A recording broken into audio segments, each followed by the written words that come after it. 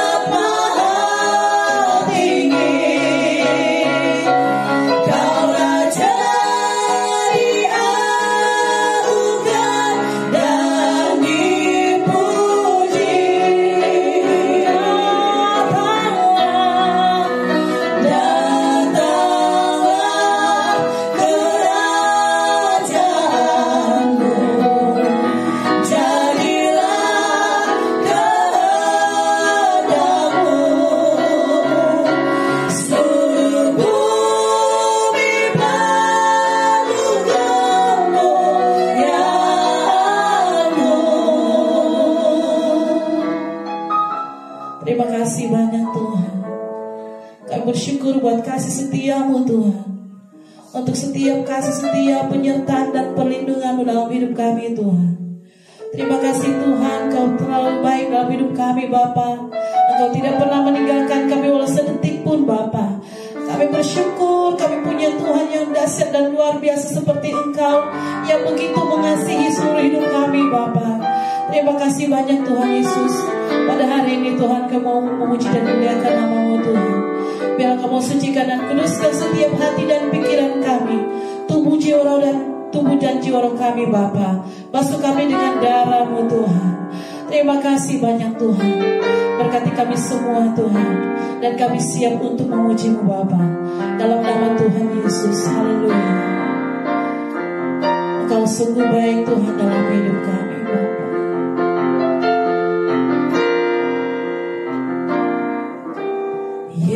Yesus, Kau sungguh baik. Yesus, nama-Mu indah.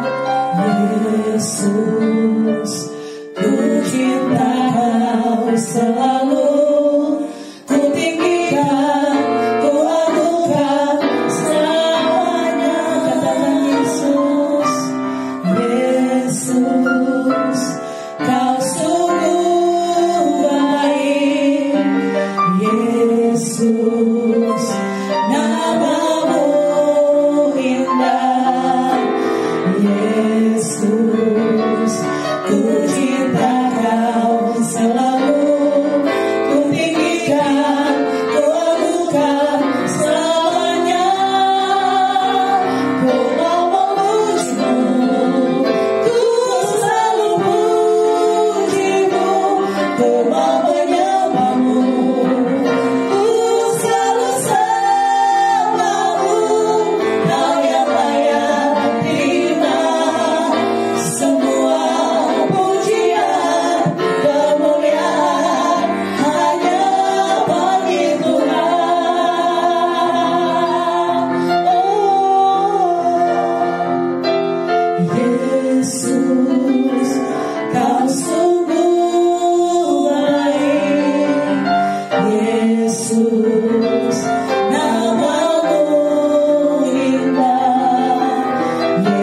Yesus, ku cinta Kau selalu, ku tinggikan, ku agungkan, selamanya panggil namanya katakan, Yesus, Kau sungguh baik, Yesus, namamu indah, Yesus, ku cinta Kau selalu, ku tinggikan, ku agungkan, selamanya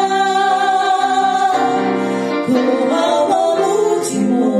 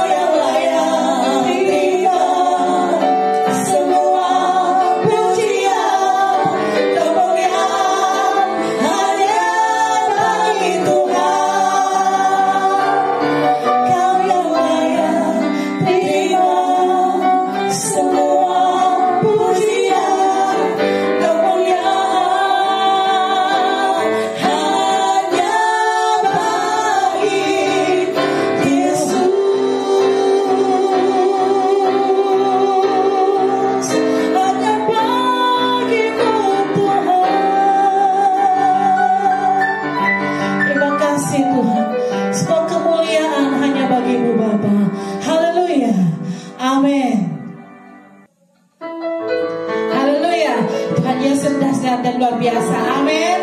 Mari kita bersyukur dan memuji Tuhan. Sebelum kita semua bangkit berdiri, kita akan pujian masuk hadiratnya dengan hati bersyukur. Amin.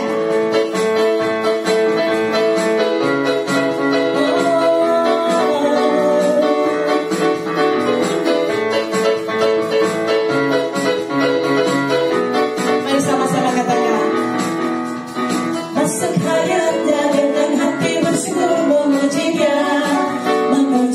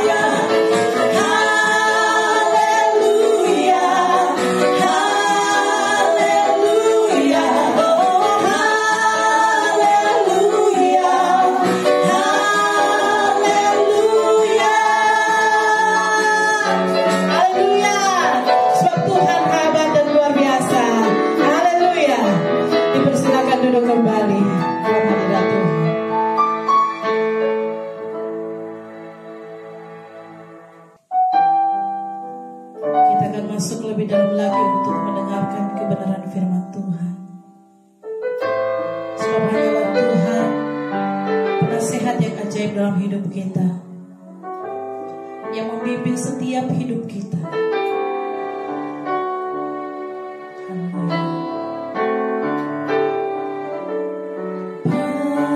Penasehat di hidupku,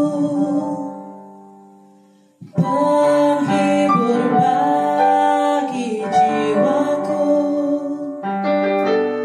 ya Roh Kudus penolongku di tubuh jiwa dan rohku.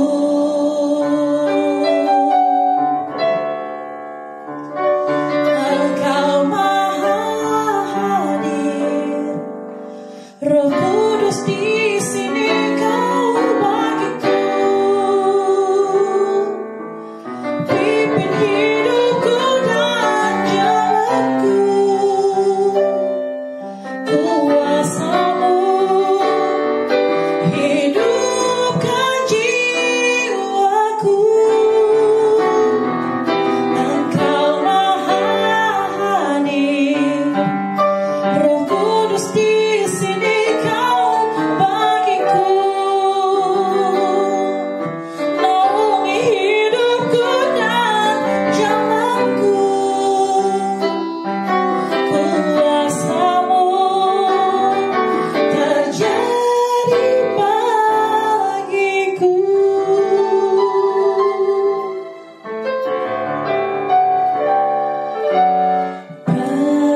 Penasehat di hidupku,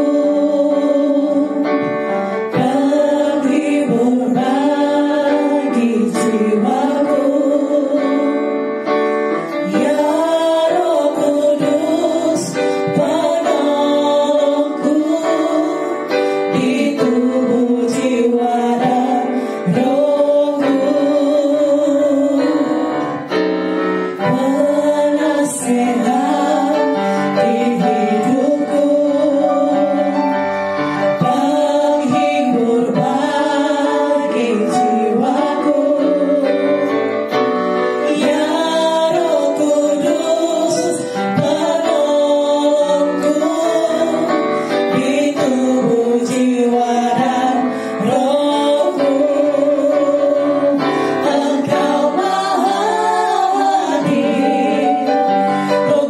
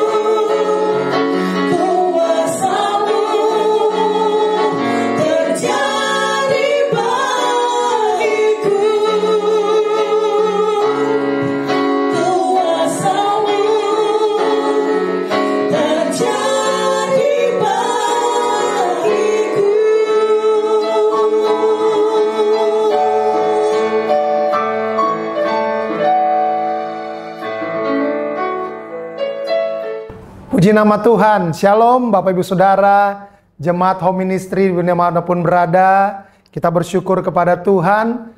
Tidak terasa waktu berjalan begitu cepat. Dengan anugerah Tuhan, kita boleh ada sebagaimana kita ada karena kebaikan Tuhan. Saya akan melanjutkan apa yang saya bagikan pada minggu lalu, yaitu tentang menyembah di dalam kebenaran. Namun sebelum saya melanjutkan, mari saya ajak kita semua, satukan hati kita mau berdoa. Terima kasih Tuhan Yesus untuk kasih setiamu, kebaikanmu. 1 minggu lamanya kami sudah lewati bersama dengan Engkau. Kami melewati semua persoalan kami, semua masalah kami. Kami melihat kebaikan Tuhan dalam kehidupan kami, pertolongan Tuhan dalam kehidupan kami. Bahkan kalau sampai saat ini pun kami belum melihat kebaikan Tuhan, pertolongan Tuhan, kami tetap percaya bahwa Tuhan yang kami sembah adalah Tuhan yang tetap selalu bersama dengan kami dan tidak pernah meninggalkan kami, Tuhan Yesus. Mari Bapa, pada saat ini kami akan kembali lagi mendengarkan kebenaran firman-Mu. Tolong Tuhan, Roh Kudus bantu kami, bantu hamba-Mu untuk menyampaikan isi hati-Mu, pikiran-Mu kepada setiap kami. Bantu setiap jemaat-Mu ya Tuhan, untuk boleh menangkap, boleh mengerti apa yang menjadi rencana-Mu, kehendak-Mu di dalam kehidupan setiap pribadi mereka ya Bapa. Tolong ya Tuhan Yesus, kami hamba boleh kembalikan segala hormat, pujian, kemuliaan hanya bagi nama Yesus Kristus Tuhan. Yang siap mendengarkan firman Tuhan bersama saya katakan amin. Baik Bapak Ibu Saudara, jemaat Home Ministry dimanapun berada, saya akan lanjutkan tentang khotbah saya minggu lalu, yaitu menyembah dalam kebenaran. Bahwa saya mau review, minggu lalu saya bagikan bahwa menyembah di dalam kebenaran yaitu menyembah karena kita mengenal siapa Tuhan yang kita sembah. Tidak pernah ada penyembahan yang benar kalau saudara tidak mengenal Tuhan yang saudara sembah. Ketika saudara menyembah tanpa pengenalan, maka saya mau katakan saudara sedang menyembah di dalam agamawi saja. Tapi menyembah di dalam kebenaran itu berbeda dengan menyembah secara agamawi, Bapak Ibu Saudara. Saya ini berasal dari keturunan Ambon Manado. Papa saya Ambon, ada keturunan Ambon, mama saya Manado. Ya saudara paham, kalau saudara saya sebutkan dua suku itu, saudara paham bahwa kami keturunan mayoritas Kristen. Artinya dari kecil saya sudah masuk gereja, sudah menyanyi, sering mendengarkan firman Tuhan. Tapi yang saya lakukan selama ini hanya menjalankan agamawi saya saja, kegiatan agama saya saja. Sampai pada akhirnya di tahun 1998, yaitu awal tahun bulan Januari 1998, oleh anugerah Tuhan, saya mendapat pengalaman, mengalami perjumpaan dengan Tuhan. Di dalam kasih karunia Tuhan. Dan sampai dengan hari ini, Tuhan terus memperkenalkan pribadinya kepada saya. Di mana sebelumnya saya hanya melakukan kegiatan agama saya saja. Termasuk ketika saya masuk ke ibadah ke gereja, saya menyanyi karena memang saya suka menyanyi. Orang Ambon, keturunan Ambon itu mayoritas suka menyanyi dan suaranya bagus-bagus. Tapi mulai tahun 98, saya mulai menyanyi, saya mulai menyembah Tuhan dengan kebenaran-kebenaran yang Tuhan bukakan dalam kehidupan saya. Dan makin hari sampai dengan sekarang, Tuhan masih terus membukakan pengenalan siapa Dia, siapa Tuhan yang saya sembah kepada saya. Saya mulai menyembah, saya mulai melakukan penyembahan karena pengenalan akan Tuhan Yesus, akan pengenalan kepada Bapa di sorga yang namanya Yahweh itu. Di mana Roh Kudus yang ada dalam saya mengajarkan kebenaran melalui cara apapun. Entah itu sharing dengan Pastor Doni, sharing dengan Pastor Raymond, dengan cara apapun dia ajarkan kebenaran demi kebenaran. Ketika saya sedang menyembah Tuhan dalam roh dan kebenaran, Tuhan ajarkan kebenaran-kebenaran itu kepada saya. Dan saya tidak lagi menyembah secara agamawi, tetapi saya menyembah dengan kemerdekaan yang Roh Kudus telah berikan kepada saya.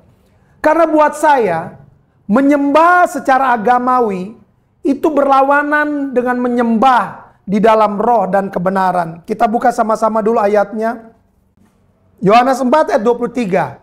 Tetapi saatnya akan datang Dan sudah tiba sekarang bahwa penyembah-penyembah benar akan menyembah Bapa dalam roh dan kebenaran. Sebab Bapa menghendaki penyembah-penyembah yang demikian.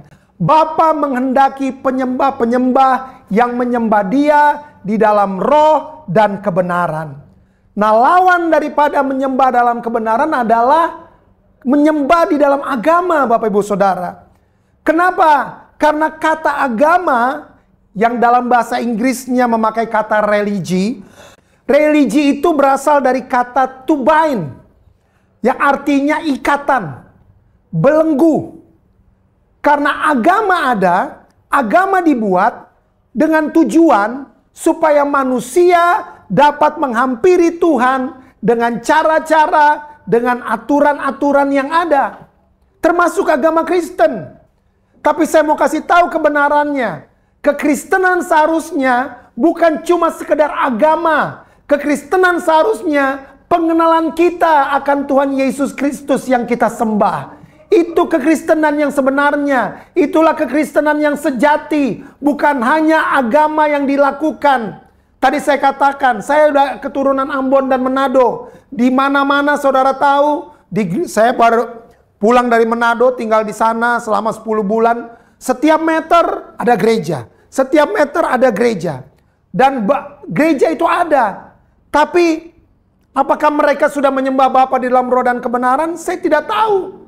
Apakah mereka masih menyembah secara agama? Saya nggak tahu. Karena agama tadi saya katakan dibuat dengan tujuan supaya manusia dapat menghampiri Tuhan dengan cara-cara dan aturan-aturan.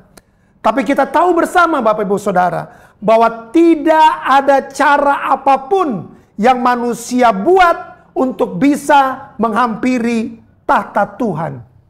Sekali lagi, tidak ada cara apapun yang dibuat manusia untuk dapat menghampiri Tuhan. Tapi sebaliknya, Tuhanlah yang mendatangi manusia untuk bertemu dengan manusia. Yang kita tahu bersama, yaitu lewat pribadi yang bernama Yesus Kristus. Makanya saya minggu lalu sampaikan, kita nggak bisa menyembah Tuhan dalam kebenaran. Kita nggak bisa sebetulnya menyembah Tuhan di dalam kebenaran. Karena kenapa? Karena kita sudah ada di dalam dosa, Bapak Ibu Saudara. Nggak ada kebenaran di dalam kehidupan kita. Dan bagaimana mungkin kita menyembah di dalam Tuhan di dalam kebenaran kalau tidak ada kebenaran di dalam diri kita? Bagaimana mungkin kita bisa sampai kepada Tuhan yang benar, kepada Bapa yang kudus, yang nggak ada kekurangan, yang nggak ada dosa sekalipun, yang sangat suci, yang sangat kudus. Gak akan mungkin manusia bisa menghampiri Tuhan yang begitu kudus.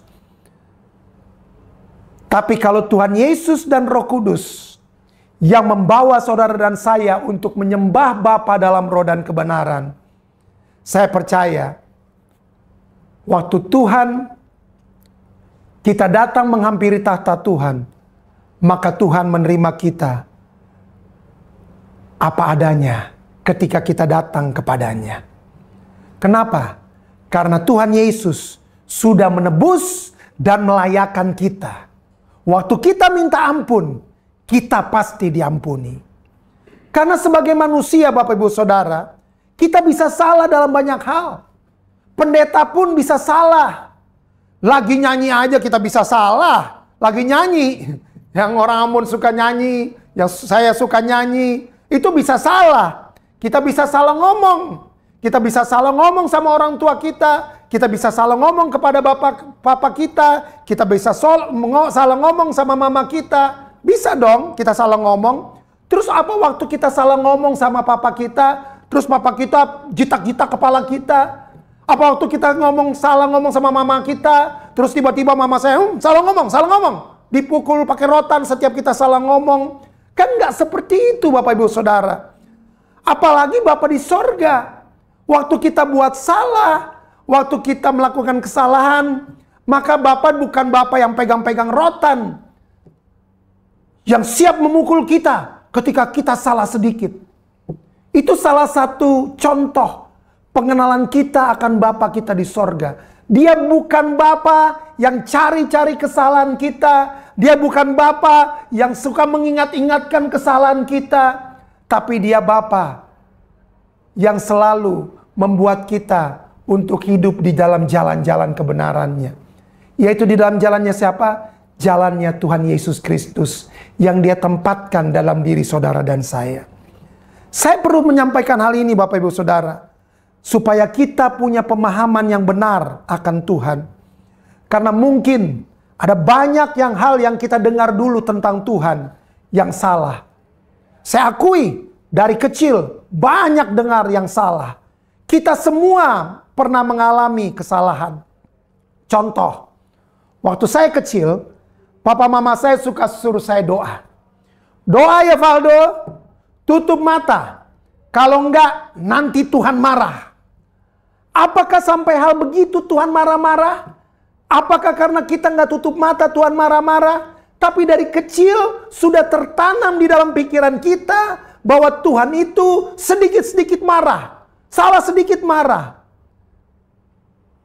Itulah yang saya bilang, agama membelenggu saudara sampai saudara tidak pernah mengenal Tuhan dengan benar. Dan itu sangat berakibat kepada penyembahan yang saya dan saudara naikkan kepada Bapa di sorga. Kita nggak bisa menyembah di dalam kebenaran karena kita menganggap bahwa kita tidak benar, nggak akan pernah benar. Selalu kita dalam keadaan tertuduh. Padahal firman Tuhan bilang dalam 1 Yohanes 1 ayat 9, saya bacakan 1 Yohanes 1 ayat 9, firman Tuhan bilang begini sama setiap kita. Jika kita mengaku dosa kita, maka Tuhan adalah setia dan adil. Sehingga apa? Tuhan akan mengampuni segala dosa kita dan menyucikan kita dari segala kejahatan. Waktu saudara dan saya buat salah, kita minta ampun, saya percaya Tuhan langsung ampuni. Tapi iblis seringkali menuduh kita. Tapi saya mau kasih tahu, Roh Kudus tidak pernah menuduh saudara dan saya. Karena itu kita lihat sama-sama saudara. Mari rubah cara penyembahan kita. Jangan lagi menyembah secara agamawi. Tapi menyembahlah di dalam kebenaran. Di mana kita mengenal siapa Tuhan yang kita sembah. Lalu apa tujuannya? Apa hasil dari penyembahan? Apakah kita menyembah tujuannya karena kita diciptakan Tuhan untuk menyembah Dia? Apakah kita menyembah karena Tuhan mau supaya kita diciptakan oleh Tuhan supaya kita dapat menyembah Dia? Saya percaya enggak. Bukan itu Bapak Ibu Saudara. Bukan itu tujuan kita menyembah Tuhan. Lalu apa tujuan kita menyembah Tuhan Yesus Kristus? Ini yang saya mau kasih tahu. Supaya kita menjadi serupa dengan Tuhan Yesus yang kita sembah. Amin Bapak Ibu Saudara. Di mana kita ketika kita menyembah Tuhan Yesus, kita akan menjadi sama seperti apa yang kita sembah. Waktu kita sembah Yesus, kita akan semakin serupa dengan Yesus. Waktu kita sembah Yesus, semua yang baik di dalam kehidupan kita, di mana Yesus tinggal dalam kehidupan kita, diubahkan oleh Tuhan Yesus. Ketika kita datang kepada Tuhan, dalam hadirat Tuhan, semua kehidupan kita diubahkan oleh Tuhan. Karena itu setiap kali saya datang secara pribadi kepada Tuhan, saya kurangi untuk banyak minta-minta kepada Tuhan. Karena saya tahu Dia Bapa yang sangat baik. Dia tahu apa yang menjadi kebutuhan kita. Tapi seringkali yang saya minta ketika saya datang menyembah Tuhan, berdoa kepada Tuhan, yang saya minta adalah, Tuhan, jadikan saya semakin serupa dengan Engkau. Karena untuk menjadi serupa dengan Tuhan, itu perlu pertolongan Tuhan. Itu perlu Roh Kudus, Tuhan Yesus yang mengerjakan di dalam saudara. Ketika saudara datang merendahkan diri saudara di hadapan Tuhan, menyembah Dia di dalam kebenaran. Tapi kalau saudara sembah yang lain, saudara sembah uang, saudara akan menjadi seperti uang. Apa saudara? berubah-ubah nilainya. Tidak ada kepastian. Ketika yang saudara pikirkan hanya mencari uang, bagaimana caranya supaya saya bisa dapat uang, bagaimana caranya supaya bisa saya menghasilkan uang, itu artinya saudara mendahulukan uang, menempatkan uang pada posisi yang utama daripada Tuhan. Tapi saya percaya bahwa setiap kita, jemaat home ministry, adalah orang-orang yang mau menyembah Tuhan di dalam roh dan kebenaran. Sembahlah Tuhan dengan secara benar, Bapak Ibu Saudara. Waktu kita sembah Yesus, tadi saya katakan, kita semakin serupa dengan Tuhan Yesus Kristus. Kita semakin memahami nilai kita yang tinggi. Kita percaya bahwa nilai kita tidak akan turun naik seperti nilai mata uang. Karena kita sangat berharga di hadapan Tuhan. Kita telah menjadi pribadi yang dikenan oleh karena Tuhan Yesus. Saya percaya kita semua adalah pribadi yang sudah dilayakan karena Yesus Kristus sudah memperkenalkan kita untuk kita boleh menyembah Tuhan di dalam roh dan kebenaran. Jadi menyembah Tuhan di dalam konsep perjanjian baru adalah menyembah Tuhan dengan mengenal siapa Tuhan yang kita sembah, bukan menyembah Tuhan secara agamawi saja. Saya mau kasih tahu bahwa di Alkitab ada 3 orang yang disebut orang-orang yang berkenan di hadapan Tuhan. Di perjanjian baru ada satu pribadi yang namanya Yesus Kristus Tuhan kita. Dan di perjanjian lama ada 2 orang. Di perjanjian lama orang yang disebut berkenan di hadapan Tuhan. Yang pertama adalah Henokh. Saudara sudah pernah dengar tentang Henokh di perjanjian lama? Saya percaya saudara sudah pernah dengar kisah tentang Henokh. Tapi waktu saudara baca tentang Henokh, tidak ada ditulis di situ prestasi apa yang Henokh lakukan. Nggak ada. Apa yang Henokh buat? Tidak ditulis dalam Alkitab. Cuma Alkitab menulis bahwa Henokh walk with God. Henokh berjalan bersama dengan Tuhan. Cuma itu saja. Dan Henokh berjalan bersama dengan Tuhan, dia dapat sertifikat orang yang berkenan kepada Tuhan. Nggak dijelaskan di dalam Alkitab apa yang dia perbuat, apa yang dia lakukan, apa yang dia sudah lakukan, Henokh lakukan. Nggak ada. Cuma ditulis bahwa dia berjalan. Dia artinya punya pengenalan akan Tuhan karena dia berjalan dengan Tuhan. Dia membangun hubungan dengan Tuhan. Sehingga akibatnya dia mendapat predikat orang yang berkenan di hadapan Tuhan. Yang Henokh lakukan itu yang saya sebut dengan namanya relationship. Henokh melakukan relationship dengan Tuhan. Henokh tidak melakukan pelayanan karena tidak ditulis. Padahal Henokh itu adalah turunan ke-7 daripada Adam. Tapi yang pertama di perjanjian lama adalah Henokh. Henokh Alkitab katakan orang yang berkenan kepada Tuhan. Orang yang kedua, nah ini yang saya mau bahas. Daud. Daud juga dapat sertifikat orang yang berkenan kepada Tuhan. Padahal siapa Daud sebelum menjadi raja? Dia bukan pribadi yang terhiraukan oleh kakak-kakaknya. Terlupakan sama bapaknya sendiri. Waktu Nabi Samuel datang, Daud nggak dianggap oleh saudaranya. Dilupakan oleh ayahnya. Dia cuma seorang gembala. Daud cuma mengembalakan 2-3 ekor domba. Beda dengan kakak-kakak Daud yang adalah tentara. Daud cuma menjadi gembala. Daud mengembalakan 3 ekor domba. Kalau ada singa, kalau ada macan, ada binatang buas yang mencoba untuk mengambil 2-3 ekor domba yang dia gembalakan, dia katakan bahwa dia lawan itu singa. Dia lawan itu macan yang mau memakan domba-dombanya. Padahal domba-dombanya cuma 2-3 ekor. Di sini kita melihat bahwa Daud adalah orang yang mendahulukan tanggung jawab di atas segala-galanya.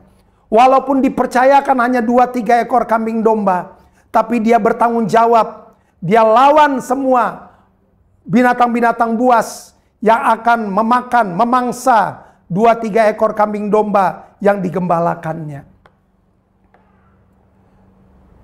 Daud menjadi pribadi yang luar biasa. Padahal Daud, tadi saya katakan, tidak pernah diakui bahkan di keluarganya sendiri. Tapi Daud punya prinsip, tanggung jawab itu lebih daripada sekedar promosi. Dan kita sering baca, Daud sering melakukan pelanggaran kepada Tuhan. Tetapi apa yang Daud lakukan ketika dia melakukan pelanggaran, ketika dia jatuh melakukan dosa, dia langsung bangkit. Sesering dia jatuh, sesering itulah dia langsung bangkit. Padahal pada waktu zaman perjanjian lama, ketika seseorang berbuat dosa, itu bisa langsung mati. Tapi tidak dialami oleh Daud. Daud ketika dia buat salah, dia menyesali, dia mengakui semua di hadapan Tuhan. Bahkan dia berkata, Tuhan, kemana aku dapat menjauhi roh-Mu? Waktu dia berbuat dosa, dia bilang, Tuhan jangan ambil roh-Mu daripada hidupku. Aku tidak bisa jauh daripada roh-Mu Tuhan. Daud bisa merebut hati daripada Tuhan. Hatinya Daud itu sangat dekat dengan hatinya Tuhan. Tuhan mau marah pada waktu sama Daud. Karena Daud buat salah. Tuhan gak jadi marah Bapak Ibu Saudara. Karena kenapa? Karena Daud mengenal siapa Tuhan. Karena dikatakan hati Daud, detak jantung Daud seirama dengan detak jantungnya Tuhan. Seirama dengan hatinya Tuhan. Sampai akhirnya kita tahu bersama, Yesus pun lahir dari keturunannya Daud. Yesus nggak malu disebut dengan Kristus anak Daud. Padahal tadi saya katakan, Daud adalah orang yang seringkali melakukan pelanggaran, melakukan dosa. Tapi pada waktu Daud menjadi raja, Daud bangun Tabernacle of David. Padahal pada waktu itu Tuhan yang menyuruh Musa membangun tabernakel pada zamannya Musa. Tuhan suruh bangun lengkap dengan perinciannya. Daud nggak disuruh sama Tuhan bangun itu, tapi Daud membangun apa yang Tuhan tidak suruh. Beberapa pakar teologi bertanya, kenapa Daud tidak dibunuh Tuhan karena hal tersebut? Karena itu sepertinya Daud kurang ajar sama Tuhan. Jadi perdebatan sampai sekarang. Tapi saya percaya bahwa hal yang dia lakukan tersebut keluar dari isi hatinya dia. Dia tahu, dia bawa tabut Tuhan itu dalam tenda sederhana yang dia buat. Saudara bisa baca di 2 Samuel 6 ayat 17. Dikatakan bahwa tabut Tuhan itu dibawa masuk oleh Daud, lalu diletakkan di tempatnya, di dalam kemah yang dibentangkan Daud untuk itu. Kemudian apa yang dibilang? Daud mempersembahkan korban bakaran dan korban keselamatan di hadapan Tuhan. Setelah tabut Tuhan pada waktu itu dipindahkan dari rumah Obed-Edom ke kotanya Daud. Saudara bisa baca itu di 2 Samuel 16 ayat 12. Jadi waktu Daud menjadi raja, dia buat 44.000 penyanyi yang dilatih, yang disebut sebagai ahli seni, sehingga penyembahan terjadi pada waktu itu siang dan malam di hadapan Tuhan. Bangsa Israel adalah bangsa yang kecil, bangsa yang sangat kecil dibandingkan dengan bangsa-bangsa yang lain yang ada di sekitar bangsa Israel.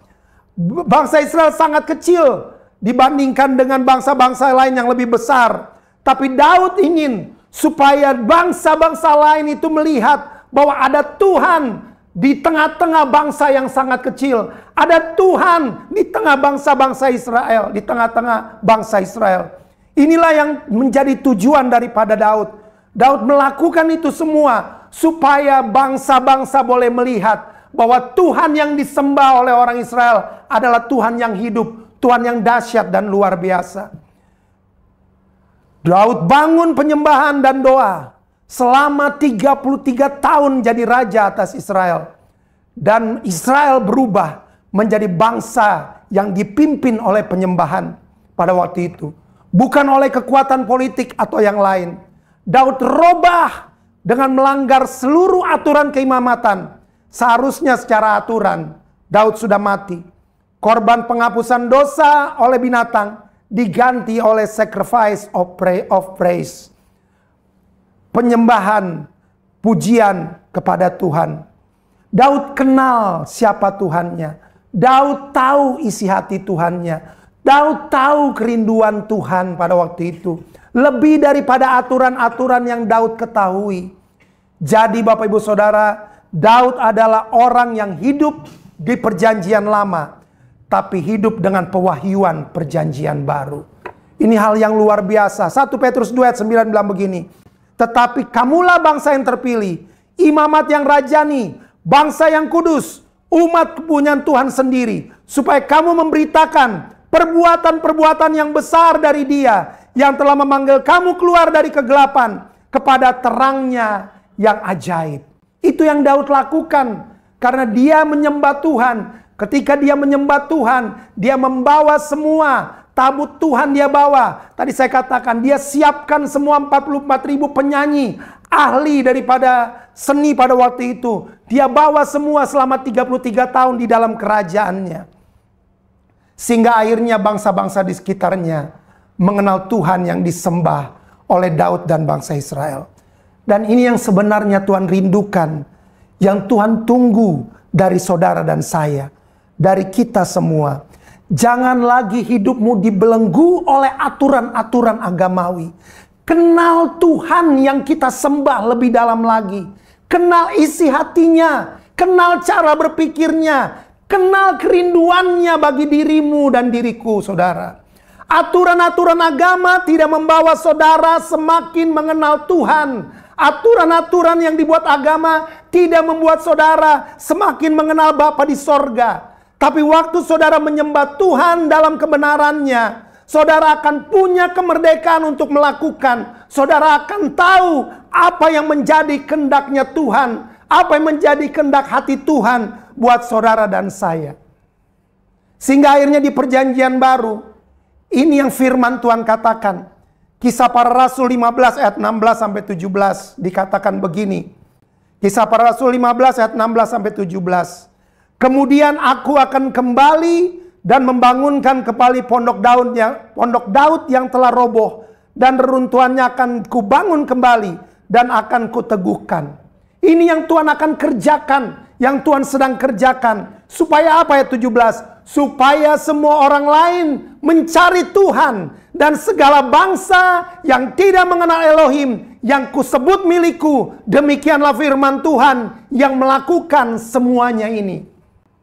Tuhan sedang menunggu gerejanya. Tuhan sedang menunggu saudara dan saya siap untuk menjadi suatu tabut perjanjian di tengah-tengah gejolak masa yang sukar seperti ini. Tadi saya dengan Pastor Doni katakan bahwa dunia ini sudah semakin sukar. Memang firman Tuhan katakan seperti begitu. Bahwa dunia yang kita tinggali ini adalah dunia akan terus mengalami masuk dalam gejolak-gejolak. Tapi berita baiknya, gereja Tuhan akan menjadi sebuah kesaksian, akan menjadi sebuah tabut perjanjian untuk dunia yang sedang mengalami gejolak ini.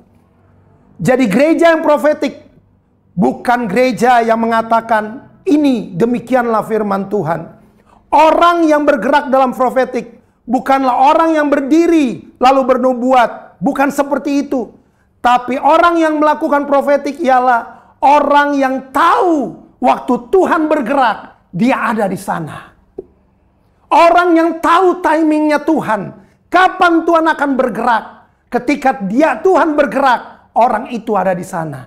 Itu adalah orang yang profetik, yaitu orang yang siap untuk menyambut apa yang Tuhan mau kerjakan kepada bumi ini, kepada orang-orang yang ada di dalamnya. Jadi gereja perlu jalankan agenda Tuhan. Jangan jalankan agenda gereja. Sehingga gereja menjadi ekspresinya Tuhan Yesus yang penuh kemuliaan di muka bumi ini. Gereja harus menjadi instrumen yang membuat semua musuh jatuh di bawah tumpuan kakinya. Itu yang sedang Tuhan cari pada saat-saat ini. Karena itu tadi dikatakan, dia akan kembali dan membangunkan kembali pondok Daud yang tadi saya jelaskan, yang telah roboh.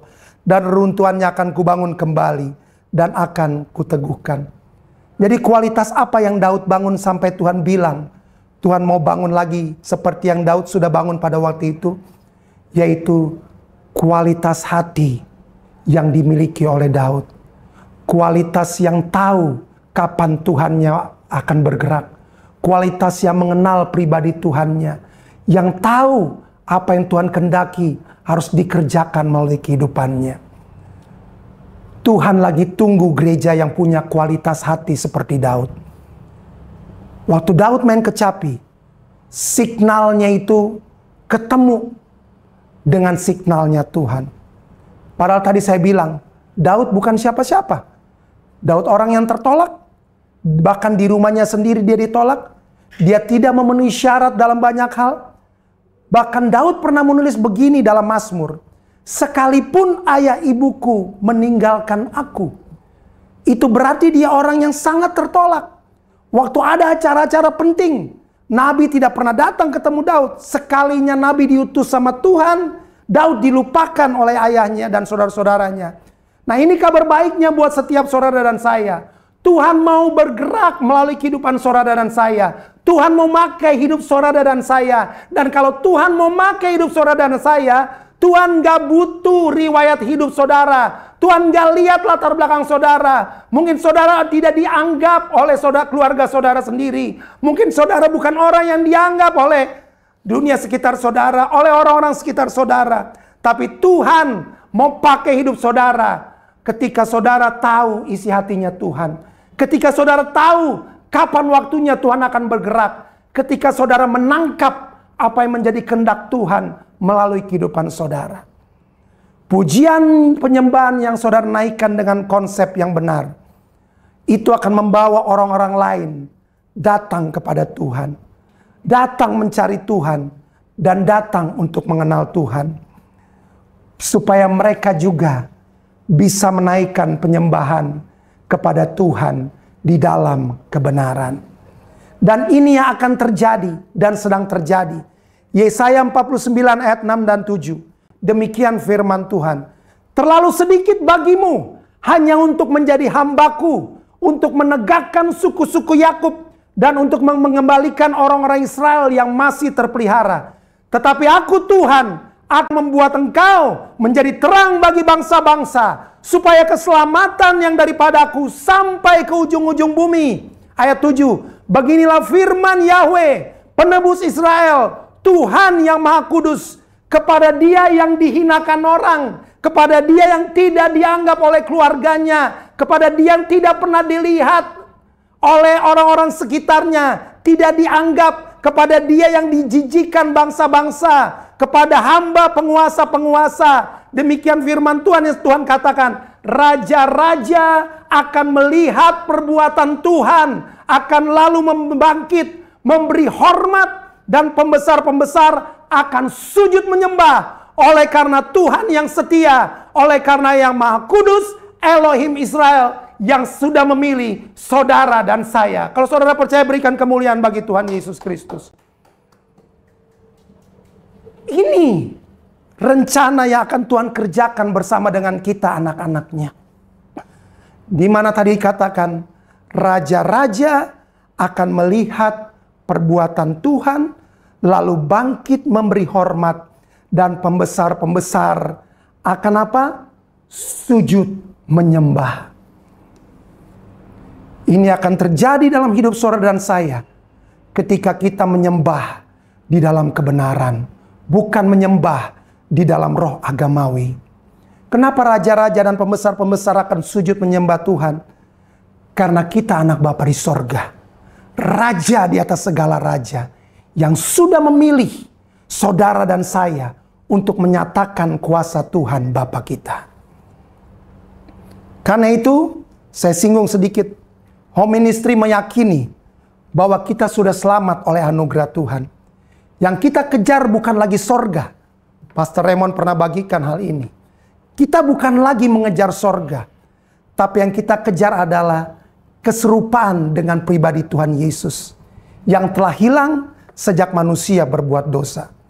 Karena waktu kita menerima Tuhan Yesus Kristus sebagai Tuhan dan Raja, status kita semua, status saudara, status saya, status Pastor Doni, Pastor Raymond, itu dulunya adalah budak dosa, hamba dosa, hamba dari keinginan sendiri. Kita hanya melakukan apa yang menjadi keinginan kita, bukan keinginan Tuhan.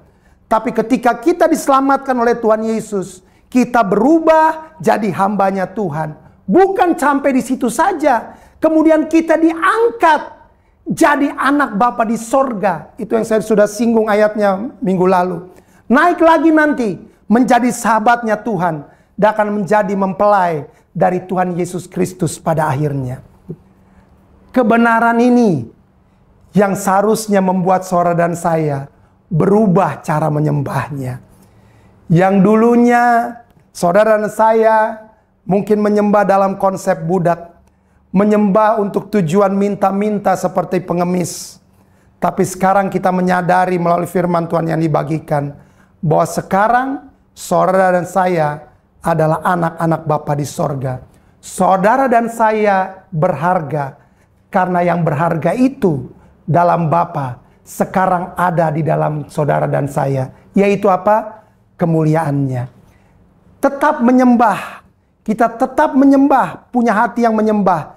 Tapi bukan lagi menyembah seperti seorang budak. Tapi kita menyembah sebagai seorang anak yang percaya bahwa Bapaknya, yaitu Tuhan, pemilik segala sesuatu, sudah memberikan kita kuasa, sudah memberikan kita otoritas. Dan itu ada dalam diri saudara dan saya.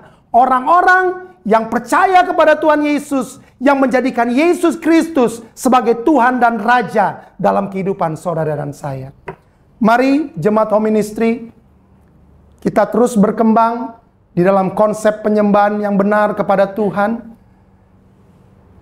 Kita menyembah di dalam kebenarannya Tuhan. Kita menyembah bukan karena kita benar. Kita menyembah karena Yesus yang benar itu sudah membenarkan kita, sehingga kita boleh masuk ke dalam hadirat Tuhan. Tanpa Yesus Kristus, kita tidak akan pernah menyembah di dalam kebenaran. Tanpa Yesus Kristus, penyembahan yang kita naikkan hanya penyembahan agamawi. Dan saya mau katakan penyembahan agamawi tidak membawa dampak apapun. Tapi penyembahan yang benar, karena kita mengenal Tuhan Yesus Kristus, akan membawa kita semakin serupa dengan Tuhan Yesus yang kita sembah. Ketika kita semakin serupa dengan Tuhan Yesus kita sembah, tadi saya katakan, orang-orang di sekitar kita, bangsa-bangsa bahkan yang akan melihat, bahkan tadi dikatakan sujud menyembah kepada Tuhan yang sama yang kita sembah, yaitu Yesus Kristus. Saya berdoa ini terjadi dalam kehidupan saudara dan saya. Mari kita mulai menyembah di dalam roh dan kebenaran. Amin. Mari kita berdoa. Terima kasih Tuhan Yesus, untuk kebenaran-Mu yang Kau bukakan buat setiap kami. Kami bangga punya Tuhan seperti Engkau. Kami bangga diangkat menjadi anak-Mu ya Tuhan. Kami yang dulunya budak dosa, dikuasai oleh dosa. Tapi karena pribadi Yesus Kristus, karena anugerah Tuhan, kami boleh diangkat menjadi anak-Mu ya Tuhan. Bahkan kami akan menjadi sahabat-Mu. Dan pada akhirnya nanti kami akan menjadi mempelai-Mu ya Tuhan. Terima kasih untuk semuanya ya Bapa. Kami sekarang akan menyembah Engkau di dalam kebenaran. Bawa kami untuk semakin mengenal pribadi-Mu Tuhan. Perkenalkan pribadi-Mu kepada setiap kami ya Bapa. Supaya konsep penyembahan kami bukan lagi konsep secara agamawi. Tapi konsep penyembahan kami karena kami mengenal Tuhan yang kami sembah. Yang sudah memberikan segalanya buat setiap kami. Sehingga kami diberikan anugerah untuk bisa menyembah Engkau. Engkau layak dipuji, Engkau layak disembah, Engkau layak menerima segala hormat kemuliaan. Di dalam nama Tuhan Yesus Kristus. Yang percaya sama-sama katakan amin. Sobat Home Ministry dimanapun Anda berada, saat ini kita akan masuk dalam sakramen perjamuan kudus. Dan saya persilakan saudara yang ada di rumah untuk bangkit berdiri. Bagi saudara-saudara yang saat ini sudah menyiapkan sarana perjamuan kudus, mohon dipegang. Dan kita akan doakan sama-sama. Di dalam nama Tuhan Yesus saat ini kami mengangkat roti dan anggur ini. Kami kuduskan, kami sucikan di dalam nama Tuhan Yesus menjadi layak digunakan untuk perjamuan kudus ini. Dalam nama Tuhan Yesus, haleluya, amin. Saudara, dengarkanlah ketetapan perjamuan kudus. Yesus berfirman, "Akulah roti hidup yang telah turun dari sorga. Jikalau seorang makan dari roti ini, ia akan hidup selama-lamanya. Dan roti yang kuberikan itu ialah dagingku, ia akan kuberikan untuk hidup dunia." Maka kata Yesus kepada mereka, "Aku berkata kepadamu, sesungguhnya jikalau kamu tidak makan daging anak manusia dan minum darahnya, kamu tidak akan mempunyai hidup dalam dirimu. Barang siapa makan dagingku dan minum darahku, ia mempunyai hidup yang kekal, dan aku akan membangkitkan dia pada akhir zaman. Sebab dagingku adalah benar-benar makanan, dan darahku adalah benar-benar minuman. Barang siapa makan dagingku dan minum darahku, ia tinggal di dalam aku dan aku di dalam dia. Sama seperti Bapa yang hidup mengutus aku dan aku hidup oleh Bapa, demikian juga barang siapa yang makan aku akan hidup oleh aku. Inilah roti yang telah turun dari sorga, bukan roti yang dimakan nenek moyangmu dan mereka telah mati. Barang siapa makan roti ini, ia akan hidup selama-lamanya." Dan ketika mereka sedang makan, Yesus mengambil roti, mengucap syukur, memecah-mecahkannya, lalu memberikan kepada murid-muridnya dan berkata, "Ambillah, makanlah, inilah tubuhku." Sesudah itu Tuhan Yesus mengambil cawan, mengucap syukur, lalu memberikannya kepada mereka sambil berkata, "Minumlah kamu semua dari cawan ini, sebab inilah darahku, darah perjanjian yang ditumpahkan bagi banyak orang untuk pengampunan dosa." Kalau saudara percaya bahwa roti dan anggur ini adalah penyatuan dengan tubuh Tuhan Yesus Kristus, mari kita angkat lebih tinggi dari kepala kita. Dan mari kita sama-sama mengaku, dalam nama Tuhan Yesus, saya percaya inilah tubuh dan darah Tuhan Yesus. Kalau saya makan tubuh Tuhan Yesus Kristus dan minum darah Tuhan Yesus, maka saya percaya semua dosa-dosa saya telah diampuni oleh Tuhan. Saya percaya kalau saya makan tubuh Tuhan Yesus dan minum darah Tuhan Yesus, maka semua kutuk telah dipatahkan.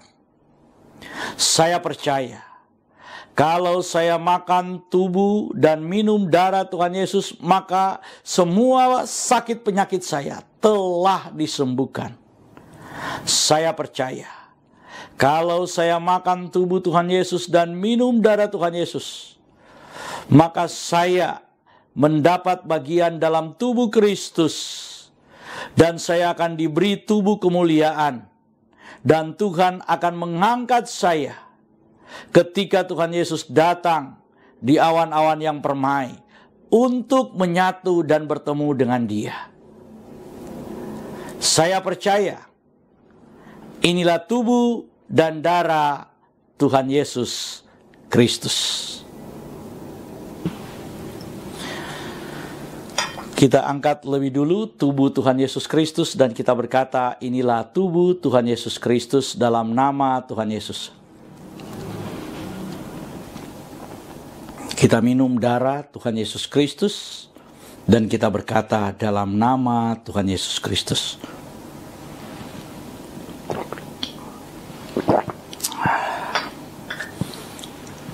Mari kita mengucap syukur bersama-sama.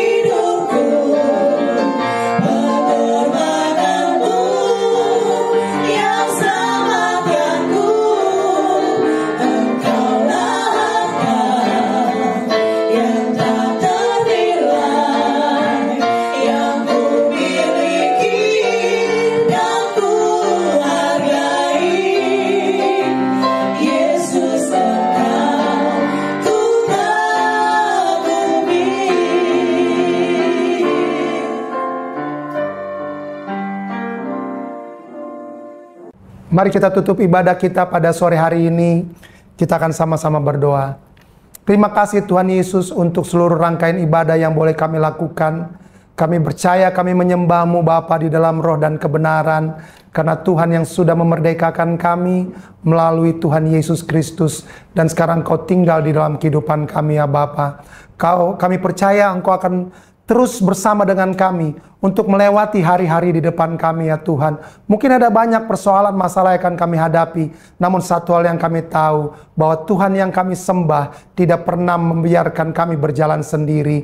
Engkau bahkan tinggal dalam kehidupan kami, menolong kami, membantu kami, untuk kami boleh keluar dari setiap permasalahan yang terjadi dalam kehidupan kami. Terima kasih Bapa, terima kasih Tuhan Yesus, terima kasih Roh Kudus. Sekarang kami akan terima berkat daripada-Mu. Hamba tidak bisa memberkati mereka, tetapi ketika mereka aminkan setiap kata berkat, itu akan terjadi dalam kehidupan mereka. Mari Bapak Ibu Saudara, jemaat Tuhan, jemaat home ministry manapun berada, mari angkat kedua tanganmu di hadapan Tuhan. Aminkan setiap kata berkat yang saudara mau terjadi dalam kehidupanmu.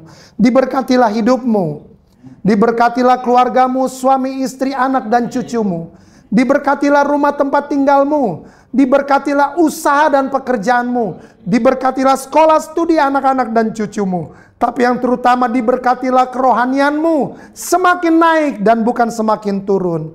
Bapa Yahweh memberkati engkau dan melindungi engkau. Bapa Yahweh menyinari engkau dengan wajahnya dan memberi engkau kasih karunia. Bapa Yahweh menghadapkan wajahnya kepadamu dan memberi engkau damai sejahtera. Kiranya berkat, damai sejahtera, sukacita daripada Tuhan menjadi bagian hidup kita. Maranatha, sampai kita berjumpa dengan Tuhan Yesus. Yang diberkati Tuhan bersama saya katakan amin.